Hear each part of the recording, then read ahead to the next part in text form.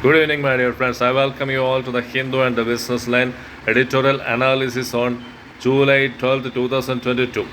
The China-India standoff in the Galwan Valley and the Ladakh LOISC, that is line of actual control, has been discussed in length for long. However, the stalemate continues and there is no plan of China to solve this issue as seen in the G20 meeting in Bali of the foreign ministers. India wanted to take up this issue with China. However, the China diverted its attention from including India in the Shanghai Cooperation Summit and the summit of the BRICS.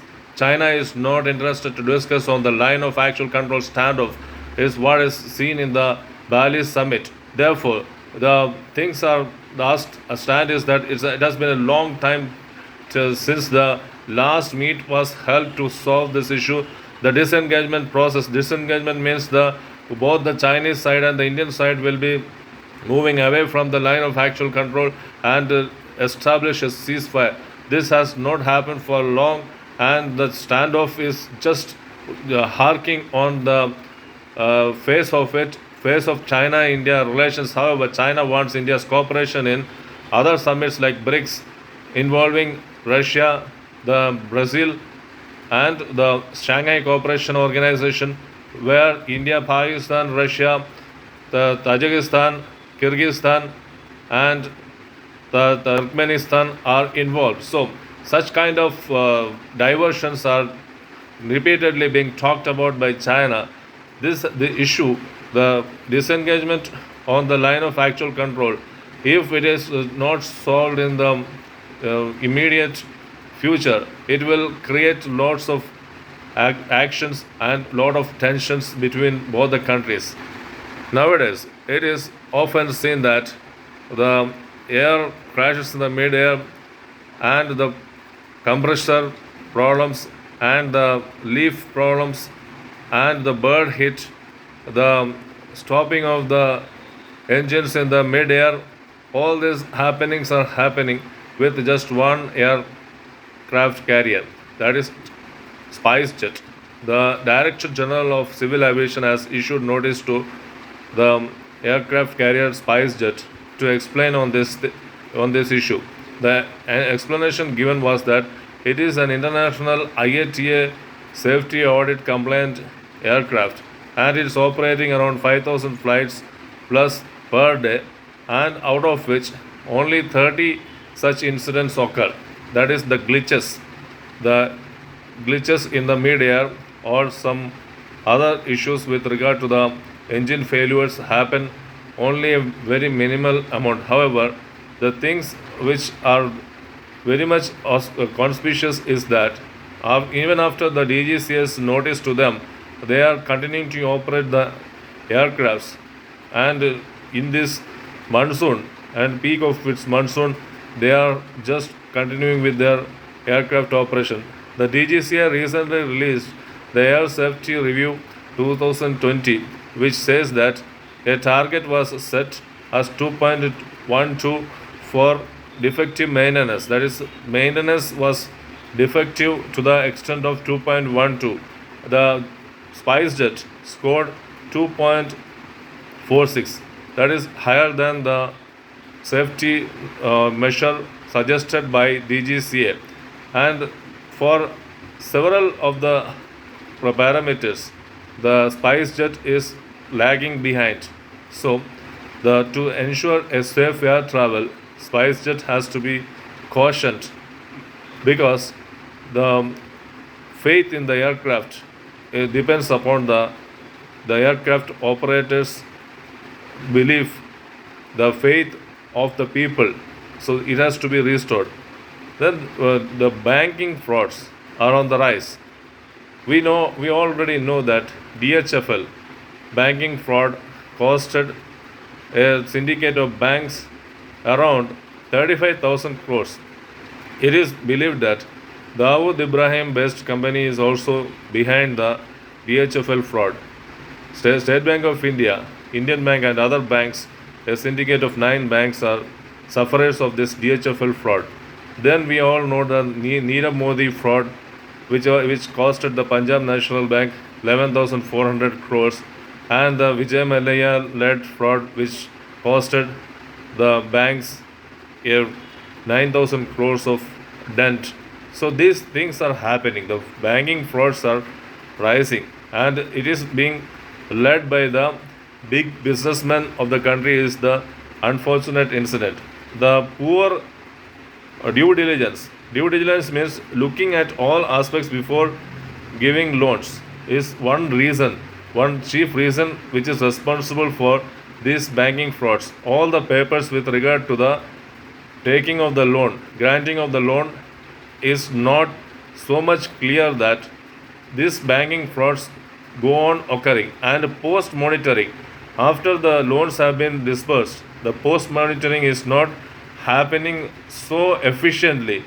Therefore, the banking frauds are going on increasing. The Reserve Bank of India has to step in to look at the bigger loans being advanced by the banks. And when this Reserve Bank of India's oversight is extended to bigger advances, this can be controlled to some extent.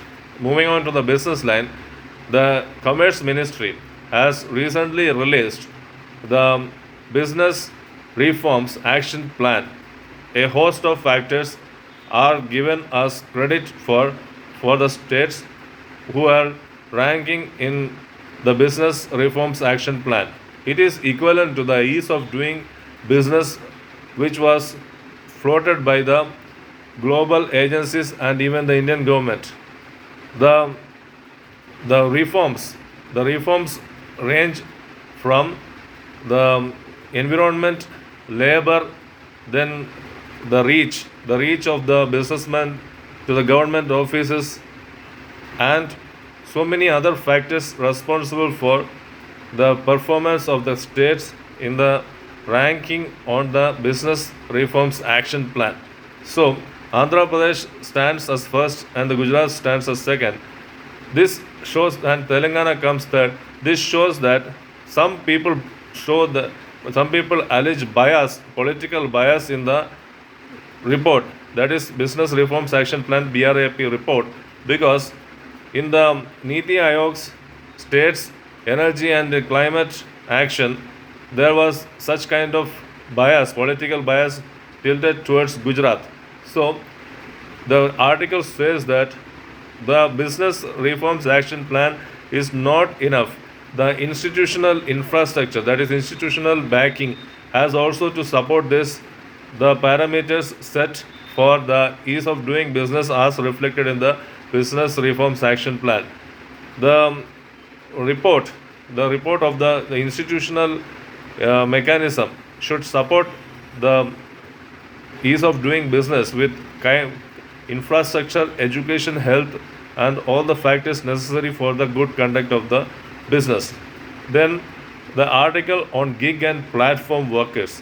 The recently India's booming economy gig and platform workers report by the Niti Aayog just classifies the gig and platform workers. The classification is not adequate, is the article says, because the gig workers are those workers who are casual laborers who are not having the employer-employee relationship. This is taken from the draft code on Social Security 2020, and the platform workers are classified as those who are having online platform based employment or kind of services rendered by them comes out of the online platforms, for example Ola. What happens is that this classification is not adequate for several reasons. For example, the casual workers, all informal workers are included in the case of gig workers, which is not true. Then second is that the online platform, that is those who are owning a smartphone, is classified as platform workers and gig workers. This is not true, because some people who are having smartphones are not falling within this gig and platform workers. Then there is the difference between the task based workers and the contract based workers. Some regulations are feared in classifying the gig workers in the context of contract based, because The contract based workers are not gig workers. Therefore, this classification is obviously allotted for the task based workers. This is another anomaly of the classification. Then the classification says that the 75 percentage of the 75 percentile of the income who are using the to day per capita income, who are below this, they are gig and platform workers. So we are leaving out some professionals who are earning more than 75 percentage of their per capita income. However, they are still gig and platform workers. So this classification has several lacunas which must be mitigated. The Bhumi economy gig and platform workers classification has got the serious lacunas which must be mitigated so that the gig and platform workers get some kinds of benefits identified to them. Then there is the concept of 5G and the neutral networks. The neutral networks are those who are not depending upon the mobile operators, telecom operators. That is, mobile telecom operators are those like BSNL, the Aircel, and the Vodafone. These are just operating and putting infrastructure each and every locality, and from the infrastructure they are providing internet services.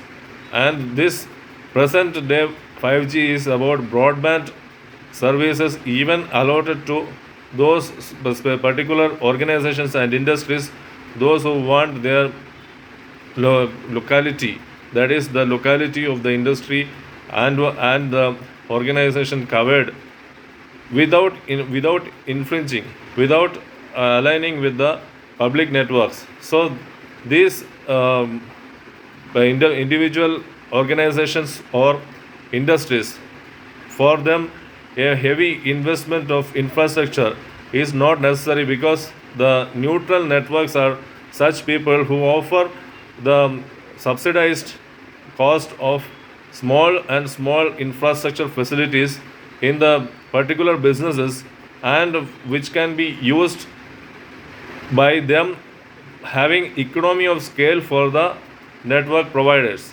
The neutral networks serve a very good purpose of providing individualized attention to the businesses. However, the Department of Telecom's recent notification does not figure the neutral networks.